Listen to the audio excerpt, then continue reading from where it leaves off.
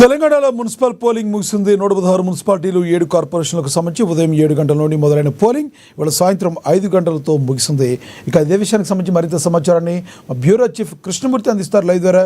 కృష్ణమూర్తి, చెప్పండి, కొన్ని చోట్ల ఉద్రిక్తత పరిస్థితులు అయితే నెలకొన్న, ఎలా జరిగిందనుకోవాలి పోలింగ్ సరళి?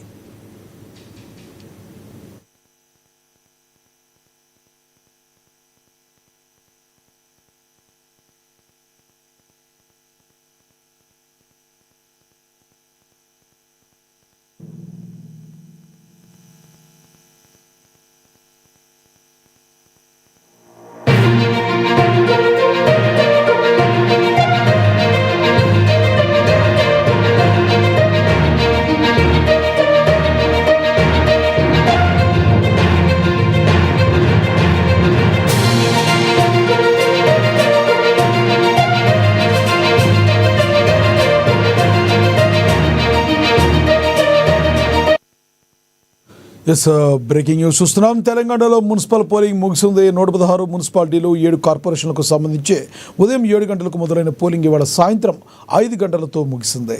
ఇదే విషయానికి సంబంధించి మరింత సమాచారాన్ని మా బ్యూరో చీఫ్ కృష్ణమూర్తి అందిస్తారు. కృష్ణమూర్తి, చెప్పండి, మధ్యలో కొన్ని దగ్గర ఉద్రిక్తత పరిస్థితులు అయితే నెలకొన్నాయి.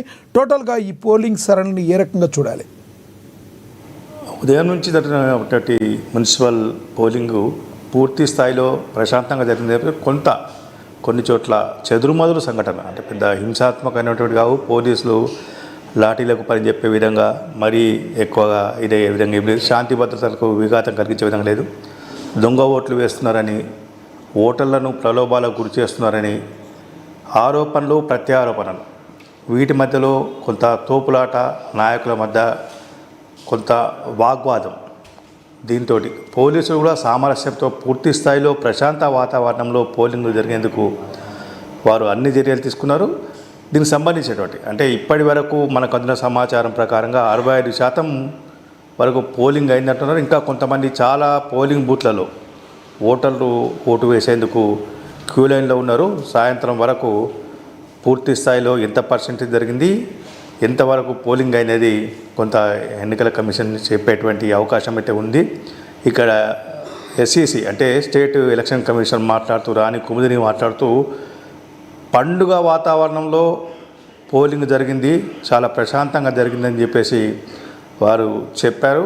పర్సెంటేజ్ ఎంత వస్తుందనే విషయంలో కొంత ఇప్పుడిప్పుడే పోలింగ్ ముగిసి పోలింగ్ డబ్బాలను అంటే కౌంటింగ్ సెంటర్లకు పంపించే ప్రక్రియ సాగుతుంది. కాబట్టి అధికారులు ఎక్కువ పోలింగ్ కన్నా జరిగినట్లయితే ఏ పార్టీకి అది అడ్వాంటేజ్ అయ్యే అవకాశం స్పష్టంగా కనబడుతుంది అంటారు? స్థానిక సంస్థల ఎన్నికలు కాబట్టి అధికారంలో ఏ పార్టీ ఉంటే ఆ పార్టీకి కొంత అనుకూలంగా వచ్చే అవకాశాలు ఉన్నాయి. ప్రచారంలో ఏది జరిగినా ఎన్ని జరిగినా మెజార్టీ స్థానాలు అధికార పార్టీకి వచ్చే అవకాశాలు ఉంటాయి. ఎందుకంటే మొన్నటి గ్రామ పంచాయతీ ఎన్నికలు చూసాం. గ్రామ పంచాయతీ ఎన్నికల్లో కాంగ్రెస్ పార్టీ మెజార్టీ సీట్లను సాధించింది. ఆ తర్వాత బీఆర్ఎస్ ఉంది. ఇక్కడ కూడా స్థానికంగా జరిగేటువంటి పనులు కానీ అభివృద్ధి కార్యక్రమాలు అంటే గ్రామీణ ప్రాంతాల్లో కాకుండా పట్టణ ప్రాంతాల్లో కొంత డ్రైనేజీ వ్యవస్థ కానీ, రోడ్ల వ్యవస్థ కానీ, స్ట్రీట్ లైటు, ఇవన్నీ కూడా రాష్ట్ర ప్రభుత్వ ఆధీనంలో చేసే అవకాశం ఉంటాయి. ప్రభుత్వ యంత్రాంగమంతా రాష్ట్ర ప్రభుత్వ ఆధీనంలో ఉండి పనిచేస్తుంది. అదేవిధంగా ఈ ఎన్నికలను అధికార పార్టీ చాలా ప్రతిష్టంగా తీసుకున్నారు. మంత్రులకు సీఎం రేవంత్ రెడ్డి చాలా క్లియర్గా చెప్పారు, గెలుపు బాధ్యత మీదే. మీరు హైదరాబాద్లో ఉండకుండా మీ కాన్స్టిట్యూన్సీలో మీ కార్యక్షేత్రాల్లో ఉండండి. మీ మున్సిపాలిటీలు ఏమున్నాయో వాటిని గెలిపించేందుకు ప్రయత్నాలు చేయండి, అక్కడే ఉండండి అని చెప్పారు. కాబట్టి ఈసారి మంత్రులు, ఎమ్మెల్యేలు, ఎమ్మెల్సీలు, ఎంపీలు వీళ్ళందరూ కూడా చాలా ప్రతిష్టంగా తీసుకున్నారు. అదే స్థాయిలో కొంత ఈ ప్రచారంలో బీజేపీ కూడా కొంచెం దూసుకుపోయిందని చెప్పొచ్చు. బీజేపీ కూడా పూర్తి స్థాయిలో అంటే మొన్న జూబ్లీ హిల్స్ ఉప ఎన్నికల్లో డిపాజిట్ కోల్పోయి కొంత పూర్తి స్థాయిలో పార్టీ చెతకిల పడింది, అయిపోయింది బీజేపీ పని అని కొంత ప్రచారం జరుగుతున్న నేపథ్యంలో ఈ ఎన్నికల్లో సత్తా చాటాలని చెప్పేసి బీజేపీ కొంత ప్రయత్నం కూడా చేసింది. ఇదే సమయంలో బీఆర్ఎస్ కూడా సీఎం రేవంత్ రెడ్డి ప్రతి మాటకు జవాబిస్తూ, ప్రతి సవాల్ను స్వీకరిస్తూ, ప్రతి అంశాన్ని సీఎంకు అంటగడుతూ ఏదైతే ప్రచారం చేశారో, ఇటు కేసీఆర్ ప్రచారానికి రాకపోయినప్పటికీ కేటీఆర్, హరీష్ రావు వీరిద్దరూ పూర్తి స్థాయిలో పార్టీ గెలుపు బాధ్యతను తమ భుజస్కంధాలపైన వేసుకొని వాళ్ళు ప్రచారం చేశారు. ఇటు కాంగ్రెస్సు, బీఆర్ఎస్, బీజేపీ 3 పార్టీలు కూడా హోరాహోరీగా తలపడ్డాయని చెప్పొచ్చు.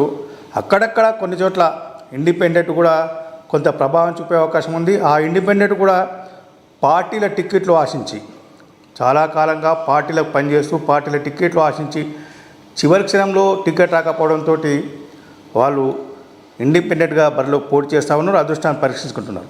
అయితే కృష్ణమూర్తి కొన్ని దగ్గర కొన్ని ఉద్రిక్తత పరిస్థితులు అయితే నెలకొని దీనిలో ప్రధానంగా చూసుకుంటే బీఆర్ఎస్కు సంబంధించిన ఒక అభ్యర్థి ₹1,00,000 పోలీసుల దగ్గర వదిలి పరారైనట్లుగా మరి పంచుతున్నారు అని, డబ్బులు ఇలా పంచుతున్నారని తెలిసిన వెంటనే పోలీసులకు రంగంలోకి దిగినట్లుగా తెలుస్తుంది. ఎలా చూడాలంటారు? కొన్ని చోట్ల మనం ఇంతకుముందే చెప్పుకున్నాము, ఓటర్లను ప్రలోభపెట్టడానికి ప్రయత్నం చేశారు. గ్రేటర్ హైదరాబాద్ పరిధిలోని ఒక మున్సిపాలిటీలో అభ్యర్థి సిల్వర్ కాయిన్లు పంచారు అని చెప్పేసి కొంత ప్రచారం జరిగింది. కొంత ప్రత్యర్థి పార్టీలు పట్టుకున్నారు అని కూడా వస్తూ ఉన్నది. అదేవిధంగా మీరు అన్నట్టుగా డబ్బులు కొన్ని చోట్ల ఒక క్యాండిడేట్ అసలు క్యాండిడేట్ కాదు కానీ ఆటోలో అరటిపండ్లు పంచారు ఓటర్లు. అంటే ప్రలోభాలకు ఏ రకంగా ఉంటుందనేది ఆటోలో అరటిపండ్లు కూడా పంచారు. దాన్ని కూడా పోలీసు వాళ్ళు పట్టుకొని కేసు బుక్ చేశారు. అంటే ఇట్లాంటి సంఘటనలు చాలా ఉన్నాయి. అక్కడక్కడ అంటే చివరి క్షణంలో ఇది వారం 10 రోజుల నుంచి వంటి చేసినటువంటి ప్రచారం ఒక ఎత్తు, పోలింగ్ కేంద్రానికి వచ్చినప్పుడు కానీ పోలింగ్ కేంద్రకు వచ్చే వాళ్ళని ఆకర్షించడము, వాళ్ళను ప్రసన్నం చేయడం, అంటే ఓటర్లను ఏ రకంగా ప్రసన్నం చేసుకోవాలి అనే ప్రక్రియలో భాగంగా ఇవన్నీ కూడా జరుగుంటాయి. అంటే చివరి క్షణం ఎవరైనా క్యాండిడేట్లు ఈ ఎన్నికను ప్రతి క్యాండిడేటు ప్రతిష్టాత్మకంగా తీసుకున్నారు. ఇటు కాంగ్రెసు, బీజేపీ, బీఆర్ఎస్తో పాటు మిగతా పార్టీలు ఏవైతే ఎంఐఎం ఇట్లాంటి పార్టీలు అవి కూడా, తర్వాత ఇండిపెండెంట్లు అయితే మరింత ప్రతిష్టాత్మకంగా తీసుకున్నారు. శివారులోని మరో మున్సిపాలిటీలో ఒక్కొక్క క్యాండిడేటు ఓటర్లకు ₹1,00,000 ఇచ్చారని చెప్పేసి ఒక డివిజన్ సంబంధించినటువంటి అభ్యర్థి ఒక ఓటుకు ₹1,00,000. అంటే ఈ రకంగా ప్రచారం జరుగుతూ ఉన్నది. కొన్ని అంటే ఈ విషయంలోనే అంటే దీనిలో నిజంగా విజయ్ బావుట ఇండిపెండెంట్లు విజయ్ బావుట ఎగరేస్తే ఇండిపెండెంట్లు ఆఫ్టర్ తర్వాత ఏ పార్టీల వైపు మొగ్గు చూపే అవకాశం స్పష్టంగా ఉందంటారు? ఇండిపెండెంట్ అంటే అక్కడ వచ్చేటువంటి అధికారంలోకి అంటే ఆ మున్సిపాలిటీని ఎవరు కైవసం చేసుకుంటారు, ఆ మున్సిపాలిటీ చైర్మన్ కానీ మేయర్ కానీ ఎవరు కాబోతున్నారు, ఇదొక అంశం ఉంటుంది. చివరి క్షణంలో కొంత